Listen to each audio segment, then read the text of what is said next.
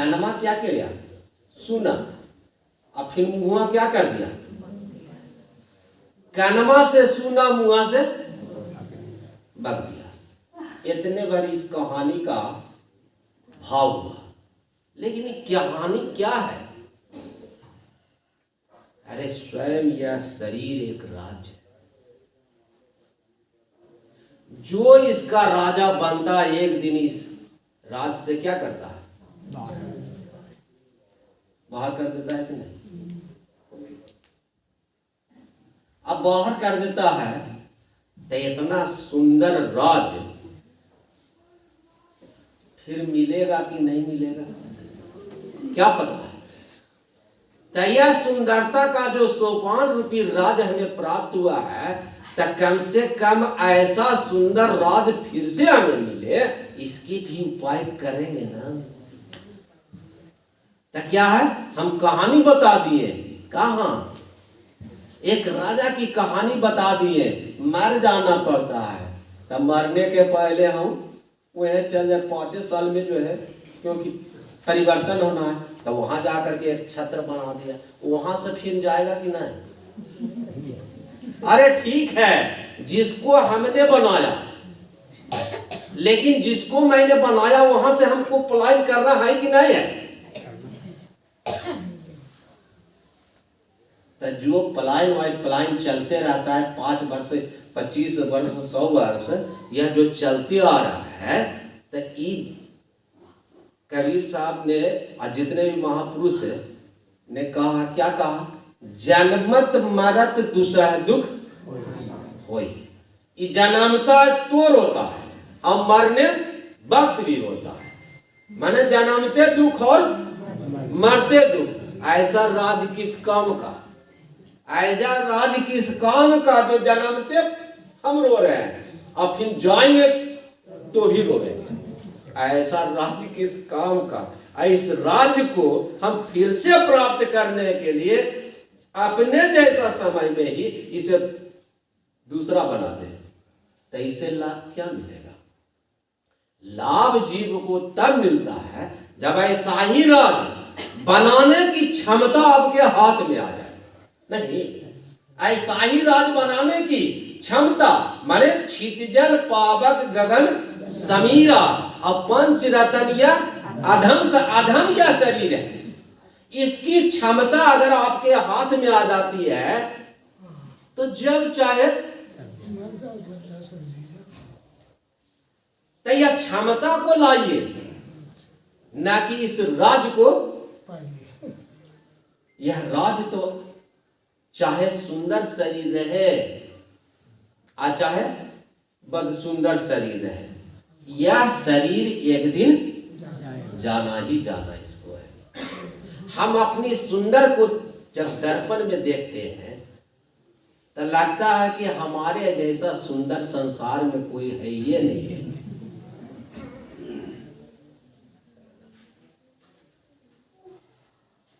लेकिन जब दर्पण से अलग हटते हैं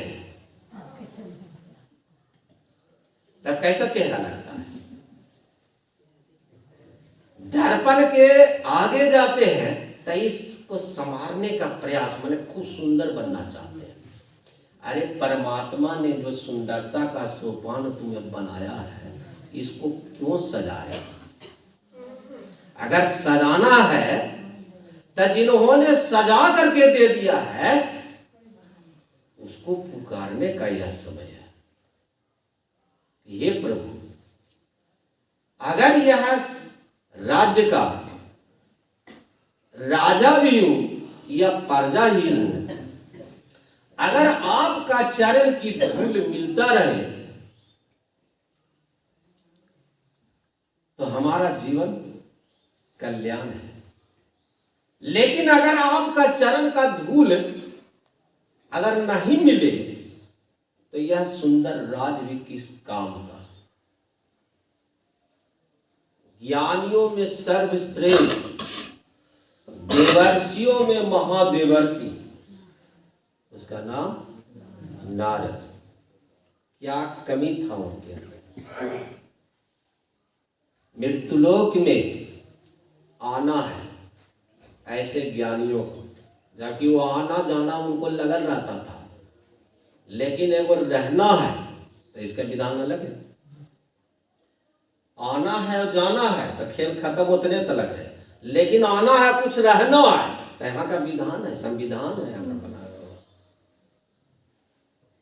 तब बड़े बड़े ज्ञानी, बड़े बड़े ऋषि, जोगी, मुनि, यहां तक एक युग का एक अवतार भी अगर इस शरीर को वर्ण करता है तो उसे भी गुरु करने की आवश्यकता है। जो एक युग का एक अवतार को गुरु के आगे अधीन होना पड़ता है तो दूसरे का क्या उपाय है? और खाली गुरु करने की भी जरूरत नहीं है। जो गुरु हो ही विराग, ऐसे गुरु जो राग द्वेष से अलग रहते हो। अब ऐसे गुरु को अगर हमने वरण भी किया तो खाली वरण करने से भी बात बनेगी नहीं। जैसा गुरु वैसा ही चेला को भी बनना पड़ेगा। माने राग और देश हमारे अंदर भी न फटकने पावे। लेकिन गुरु है विरागी और चेला होगा रागी, तो दोनों में क्या है? 36 का आंकड़ा न रहेगा जी। तो जिस तरह से राग द्वेष रहित होते हैं गुरु, उसी तरह से शिष्य को भी चाहिए कि राग और द्वेष से इसका जो है उपाय ढूंढते रहिए, कोशिश करते रहिए, प्रयत्न करते रहिए। उससे क्या है? आप आगे बढ़ सकते हैं। यह आज का संकल्प है। स्वामी जी महाराज ने संकल्प के साथ खुले मंच से आम सत्संग जारी किया। उन्होंने भी सोचा होगा कि आम सत्संग जारी करने का जो फार्मूला है, हम रहे या न रहे, लेकिन यह सुसंग आज तक ये जारी है। रूप कोई हो सकता है, लेकिन आम सत्संग आज तक जारी है। तो जैसा सोचा था वैसा ही हो रहा है। तो महापुरुष की सोच एक जन्मीय नहीं होता है, आजन्म। जब तक यह संसार लोक रहेगा तब तक होता रहेगा। सोच विचार करके बीज बोते हैं। ऐसा ना हो कि बीज बो दिए, पौधा होगा कि नहीं होगा। अगर पौधा हो भी गया तो ये फसल होगा कि नहीं होगा। अगर फसल हो भी गया तो टिकेगा कि नहीं। अगर टिक भी गया तो कल्याण करने वाला होगा कि नहीं। अगर कल्याण हो भी गया तो ये वस्तु कल्याण करने वाला होगा कि नहीं। एक जीव दूसरे जीव से यह लक्ष्य रखता है कि जैसा मैं बीज बो रहा हूं वैसा ही फसल कटना चाहिए, नहीं। एक किसान क्या चाहता है? बोवेगा बीज धान के तो गेहूं होगा कि धाने होगा। तो जिस बीज का बीजारोपण होता है, महापुरुष भी सोचते हैं कि वैसा ही फसल में काटो। एक गुरु अपने शिष्य से यह अभिलाषा रखते हैं कि ऐसा ना हो कि जिस ज्ञान को मैं दिया वह ज्ञान अज्ञानता में परिवर्तन हो जाए। ज्ञान का सूत्र ज्ञान की ओर, कल्याण की ओर। तो हमारा जीवन उस मालिक के ऊपर निर्भर है जिस मालिक ने यह भेजा है, दिया है। उस मालिक पर निर्भर है। हम सोचते हैं कि हम अपने ऊपर निर्भर है, नहीं। उस मालिक पर निर्भर है। जब जो चाहेगा वही होगा। किसी ने कहा कि जब मालिक पर ही निर्भर है, वो जो चाहेंगे वही होगा, तो जीव को करने की क्या जरूरत है? वो चाहेंगे जो होगा।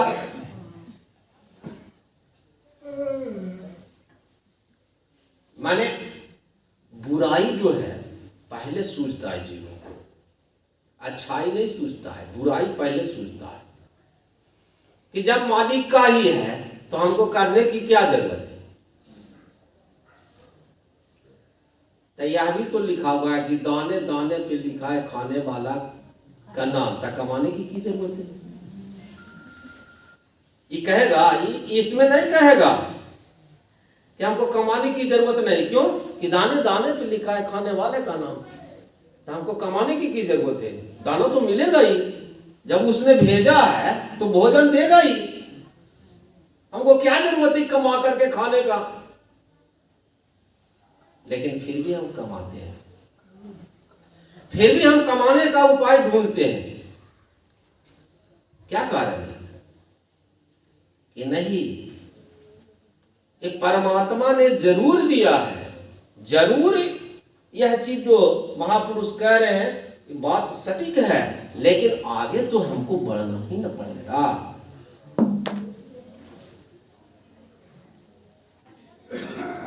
है कि तुलसीदास जी कहते हैं घट में है सूझे नहीं। हमारे ही घट में है। कौन? परमात्मा। परमात्मा का घर कहीं और नहीं है। कहाँ है? तो इसी शरीर में जहां हम हैं वही परमात्मा है, दूसरा जगह नहीं है। तो घट में है सूझे नहीं, माने घट में है तो सूझ नहीं रहा है, लेकिन बाहर में सूझ रहा है कि मंदिर में भगवान विराजमान है। तो उनकी आराधना करने के लिए हम जाते हैं, उनका पूजा करते हैं। जैसे आज देवी की मूर्ति न जाने करोड़ों में होगा कि अरबों में होगा, उसकी पूजा करने के लिए हम लोग जाएंगे, नैवेद्य चढ़ाएंगे और क्या धरेंगे? कॉपी कलम किताब, क्योंकि ज्ञान की अधिष्ठात्री है तो कॉपी और कलम सब चीज वहां बुक सरस्वती जी की जहां प्रतिमा होगी वहां रख देंगे। ज्ञान की किताबें जो है, ज्ञान का सूत्र जो है, ज्ञान रूपी कलम जो है ये रख दिए हैं। क्या भी कि इससे हम पढ़ाई पढ़ेंगे। अब किताब जैसे पूजा गया है, अब वो सीट जो है जाकर के ताखा पर रख दिया जाए तो क्या होगा? वो पढ़ लेगा ना जीव। जिस प्रतिमा को जीव ने बनाया है उसमें देख रहा है कि यह सरस्वती हमारी माँ है। हम माँ का दर्जा दे करके उनकी आराधना कर रहे हैं, लेकिन वास्तव में उसे माँ समझता है जो बैठाने वाला है। उस प्रतिमा को जो है पूजा करने वाला है, क्या माँ का दर्जा देता है? सरस्वती हमारी माँ है ये कहता है, लेकिन क्या माँ का दर्जा देता है? जैसे ही हम प्रतिमा का प्राण प्रतिष्ठापित करते हैं, ठीक उसके दूसरे दिन उसी प्रतिमा को जाकर के क्या कर देते हैं? माने आज जिसको हम माँ का दर्जा दिए हैं वो माँ को हम क्या कर देते हैं? जाकर के माने पानी में नदी में ले जाकर के ठेल देते हैं। एक दिन की माँ है, बाकी दिन तो तुम मिट्टी हो। यही पूजा है। जिस माँ से हमने जन्म लिया तो वह माँ कैसी थी? 9 महीना इस गर्भ में रखी, अपने पेट में रखी है माँ ने। दूसरी चीज, जब इस पेट से जीव बाहर आया तो उसको 1 साल तक अपने गोद में रखी कि नहीं? 1 साल तक गोद में रखी। 1 साल के बाद 10 बरस तक, 5 बरस तक उसको सेवा की, उसको तेल लगाया, उसको भोजन कराया, पेशाब कराया, मल विकार दूर कराया, सब उस माँ ने किया। कितना दिन तक हुआ? 10 बरस। हमारी उम्र चली जाती है, माँ का उम्र धर होता है। आप देखे होंगे समाज में कि माँ अभी है, ये है प्रकाश बेटा चला गया। हमारी माँ कैसी है? जो हमारे जाने के बाद भी रहती है। ये जीव हमारी माँ ऐसी होनी चाहिए। एक दिन की माँ नहीं, हमारे जब तक जन्म, जब तक जीवन है तब तक जो माँ हमारी रक्षा कर रही है, इसी का नाम है धरती माँ, जिस पर हम सब चीज करते हैं। फिर भी हम इसको धरती माँ का दर्जा नहीं देते। जिस माँ ने 9 महीना रखा, जिस माँ ने साल भर हमें दूध पिलाई, उस माँ को भी हम माँ कब तक कहते हैं? जब तक जीवन है तब तक कहते हैं, लेकिन जीवन में ही उस माँ का दर्जा अपने जीवन से हटा देते हैं। कि अभी कहानी भी सुन रहे हैं कि हमारी शादी कहाँ होगी या कहाँ होनी चाहिए, हम कहाँ करेंगे, सुन रहे थे डॉक्टर साहब की जुबानी से ना। मैंने माँ का दर्जा अपने जीवन से हटा दिया। अरे माँ, जो तुम्हारे जीवन को पालने वाली, अगर अपने जीवन से तुम हटा देती हो तो किसके गोद में जाकर के तुम बैठोगे? कौन तुम्हें बैठाएगा? उपदेश के समय शिक्षा दी जाती है कि दोनों आंख के पीछे, नाक की जड़ 5 इंच की गहराई में दीपक का प्रकाश है। उस दीपक का प्रकाश वाचिक रूप से कहा जा रहा है, उसका आध्यात्मिक रूप से वर्णन करो कि वह जो दीपक का प्रकाश है वह क्या शिक्षा है, क्या उपदेश दिए हैं। एक दीप आपके घर में अगर वह दीपक बरता हुआ रहता है तो उससे घर को क्या मिलता है? क्या मिलता है? उजाला मिलता है, प्रकाश मिलता है। माने अंधकार को वह दीपक क्या करता है? प्रकाश में परिवर्तन कर देता है। तो रात्रि काल में जिस तरह से एक दीपक को जीव की आवश्यकता होती है, प्रकाश की आवश्यकता होता है, उसी तरह से यह अंधकार रूपी जीवन में प्रकाश रूपी दीपक जो हर एक जीव के अंतःकरण में जल रहा है, बुझा नहीं है, वह जल रहा है, तभी यह शरीर प्रकाश प्राप्त कर रहा है, तभी इसकी उजाला बरकरार है। अगर वह दीपक जिस समय बुझ जाता है तो इसका राम नाम सत्य हो जाता है। तो वह दीपक जो जल रहा है, उसी दीपक को हमें ध्यान करना है। अब उस दीपक को अगर हम ध्यान करते हैं तो मिलेगा क्या?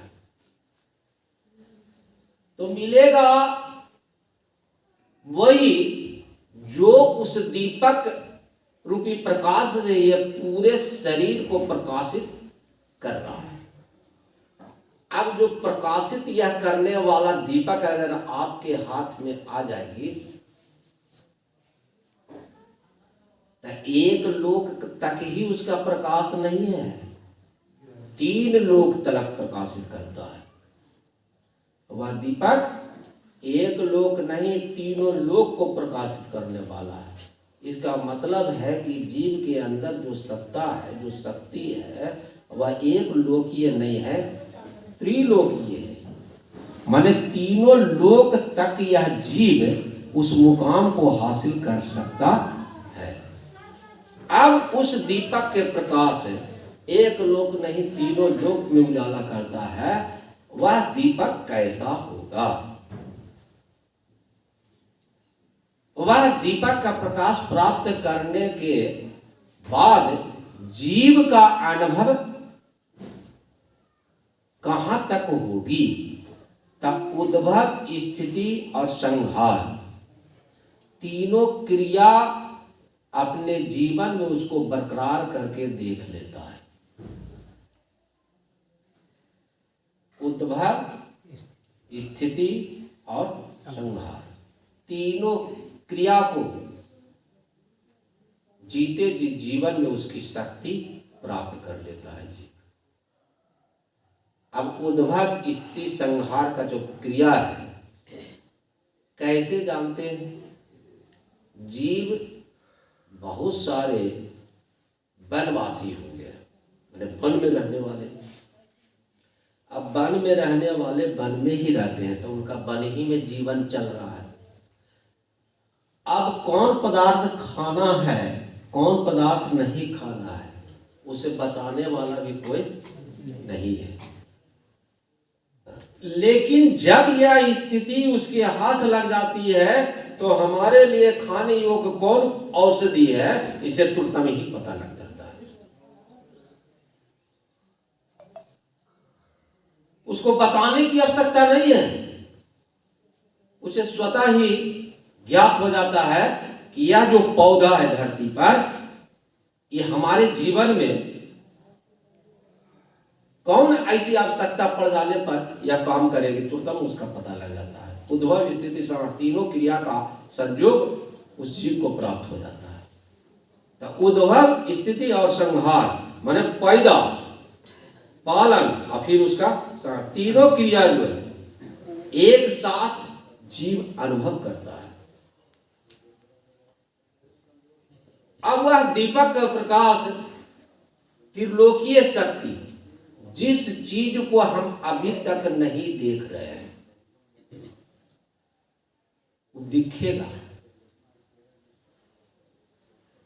जैसे इस आंख से जहां तक इसका क्षेत्र है वहां तक दिख रहा है ना। जैसे मान लिया जाए कि मेरी दृष्टि एक कोशीय है, मैंने एक कोश तलक यह दृष्टि गोचर करता है, लेकिन इसमें धीरे धीरे जैसे जैसे हमारा उम्र जो है बढ़ते चला जाएगा, यह दृष्टि में रोशनी कमते चला जाता है। अब 5 फीट की दूरी पर जीव बैठा हुआ है लेकिन चीन ना रहे। यहां तक कि जब स्थिति दयनीय हो जाती है, अब तब के अवस्था पर आ जाता है तो जीव कहता है चिन्हो बाबूजी, तो अगर चिन्हो करते तो मुंह से आवाज नहीं निकलता है। तो धीरे धीरे क्या हो रहा है, कमते चला जाता है। ठीक उसी तरह से आध्यात्मिक शक्ति जैसे जैसे जीव को जीवन में प्राप्त होते चली जाती है, उसकी दृष्टि बढ़ते चली जाती है। ये बढ़ते हुए क्रम को दिव्य दृष्टि का दर्जा दिया है। माने दिव्य माने जो एक कोशीय था वो हो गया बहुकोशीय, जो एक स्थानीय था वो पूरा सर्वत्र हो गया। अब एक लोकीय हो गया, माने एक लोक तलक देख सकता है, उसे दिव्य दृष्टि कहते हैं। अब एक लोकीय को जो बहुलोक को देखने वाला हो सकता है उसे क्या कहेंगे, आत्मदृष्टि। जो एक लोकीय तलक ही सीमित रहता है उसे दिव्य दृष्टि कहा जाता है, और जो बहुलोक में बैठे हुए ही है और लोक लोकांतर की खबर रखता है, देखता है, उसे आत्मदृष्टि कहते हैं। क्यों कि आत्मा एक लोकीय नहीं है, बहुलोकीय है। आत्मा की शक्ति जिस जीव को प्राप्त हो जाता है, जितने भी ब्रह्मांड में लोक लोकांतर है, उसकी सारी शक्ति उसके हाथ में आ जाती है। इसे बोला जाता है आत्मज्ञानी महापुरुष। आत्मज्ञानियों के ही 5 तत्व जो है अपने पास हो जाता है। शीतचल, पावक, गगन, समीरा, पंच रतन या अधम शरीरा, इसकी शक्ति उस जीव के हाथ में आ जाती है। जो आत्मज्ञानी पुरुष नहीं है तो यह शक्ति तो देख सकता है, पृथ्वी, जल, अग्नि, वायु और आकाश, इसको देख सकता है, इसकी शक्तियों को भी देख सकता है, लेकिन प्रकट कर सकता इस क्षमता नहीं है। देख रहा है लेकिन क्षमता नहीं है। जैसे हम लोग खजांची बन गए किसी सेठ का, ठीक है, क्या है, पैसा गिन सकते हैं लेकिन ये पैसा पर अधिकार हमारा नहीं है। उसी तरह से हम सब चीज देख सकते हैं लेकिन ये इसका अधिकार हमारे पास नहीं है। लेकिन जब जीव आत्मज्ञानी हो जाता है तो इसका अधिकार आ जाता है। जीव हमारे ही जैसा होता है, लेकिन प्रधानमंत्री की कुर्सी पर बैठ जाने के बाद उसको सारा संसार प्रणाम करता है, सारा संसार उसको जानना शुरुआत कर देता है। लेकिन एक साधारण जीव, साधारण ही बनकर एक गांव भी नहीं उसको जानता है। तो यह आत्मज्ञानी, यह दिव्य दृष्टि प्राप्त करने की क्षमता इसी में है, इसी से हम प्राप्त कर सकते हैं। तो अध्यात्म ज्ञान को जो प्राप्त करने का विधान है, जो सूत्र है, जो इस सत्संग और सुसंग के माध्यम से दी जाती है, इसको प्राप्त करने के लिए हम क्या करते हैं, संसार के धन दौलत को प्राप्त करने में इसको लगा देते हैं।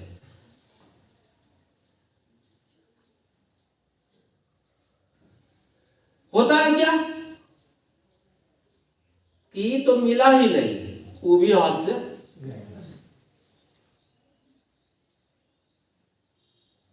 तो जिस चीज को हम प्राप्त करने के लिए इतना समय दे रहे हैं, सब चीज को त्याग करके हम लोग आ रहे हैं, अगर यहाँ भी आ करके भी हम सुख ही रहे, यहाँ भी आ करके हम सुत ही रहे, यहाँ भी आ करके हमारा कान खुला रहते हुए नहीं सुन रहा है, तब काहे के लिए आए, क्या जरूरत था?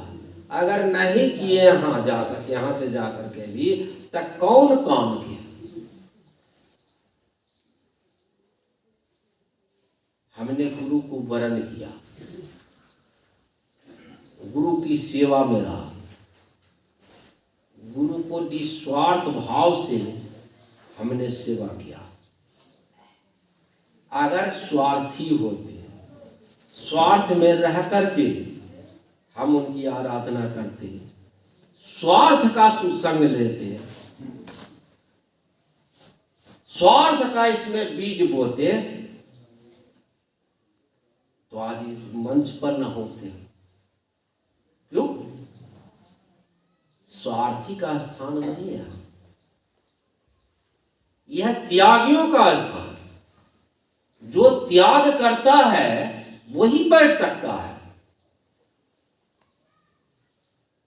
यह दोस्तों सरकार का सिद्धांत रहा क्या? यह विक्रमादित्य का सिंहासन है,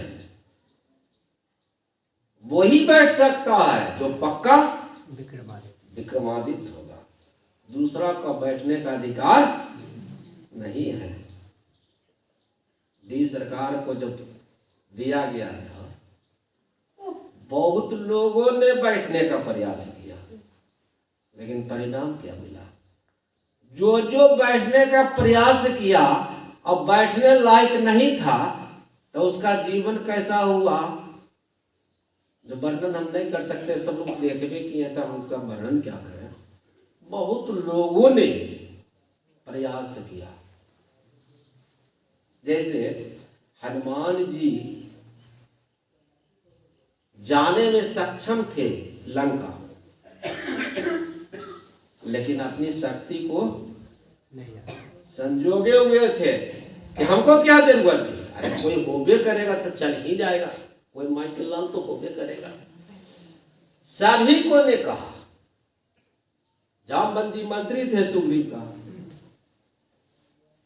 तो सबसे पूछा गया, तो कोई कुछ कहा, कोई कुछ कहा, किसी को जाने की क्षमता था लेकिन रिटर्न होने की क्षमता नहीं था। कोई जा तो सकता था लेकिन आधे में समाप्त हो जाता। लेकिन कोई जा करके रिटर्न नहीं हो सकता है, कोई जाने की किसी में क्षमता नहीं है। अब जो दोनों काम कर सकता है, चुनाव उसी का न होना चाहिए। तो सबका जो है सब समाचार बनते रह गया, और जिसका समाचार बनने वाला था वो समाचार अभी गौण था। जामवंत ने सोचा कि सबका तो हम पूछताछ कर लिए, लेकिन ये पीछे सबसे बैठा हनुमान है, उससे तो मैंने पूछा ही नहीं। जामवंत जी पूछने के लिए जाते हैं कि हे हनुमान, यह जो राम कारज हेतु तुम्हारा शरीर है, ये कब महान होगा? इसलिए हे हनुमान, तुम सक्षम हो, अपनी शक्तियों को क्यों नहीं दिखाना चाहते? जब राम के काम में नहीं यह काम आवेगा तो किसके काम में आवेगा? राम के काम में ही तुम्हारा नाम है, तो तुम अपनी शक्तियों को जागृत करो। कहने हे प्रभु, हमारे अंदर है ही नहीं, तो हम क्या कर सकते हैं? कहने तुम में तो वो है जो किसी में नहीं है। अब सोच लीजिए, सब में है सबकी, लेकिन जामवंत जी कहते हैं जो तुम में है वो किसी में नहीं है। इसलिए हे हनुमान, तुम जागृत करो अपनी शक्तियों को। मैंने बुलंद किया हौसला, अब बुलंद किया हौसला तो जीव इतना बुलंदी को छू लिया कि मैंने कहना ही क्या है। मानो पूरे समुद्र को लांघे ही नहीं, जो लक्ष्य था उस मां का खोज करना, उस मां तक की पहुंच बनाया। पहुंचे नहीं का केवल बनाए, अपना रूप उनके हृदय में प्रकट किया। क्यों? क्यों? तो सब रिक्ष राक्षसनीय है थी जो पहले